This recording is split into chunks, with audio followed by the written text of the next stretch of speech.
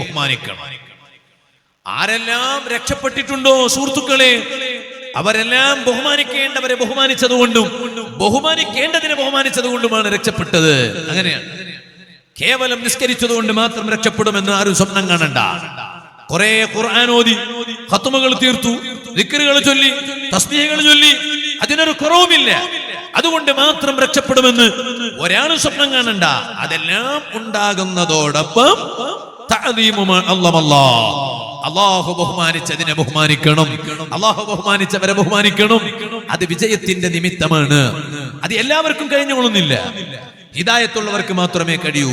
ഔലിയാക്കളെ നിസ്സാരപ്പെടുത്തുന്നവരില്ലേ? ലോക നേതാവായ റഹ്മത്തുൽ ആലമീൻ സയ്യിദുൽ വറാ നബി മുഹമ്മദുർ റസൂലുള്ളാഹി സല്ലല്ലാഹു അലൈഹി വസല്ലം തങ്ങളെക്കാൾ വലിയ മഹാൻ ആരാണ് ഇവിടെയുള്ളത്? ഒരാളുമില്ല. ആ നബി സല്ലല്ലാഹു അലൈഹി വസല്ലം തങ്ങളെ ഇകഴ്ത്തുന്നവരില്ലേ?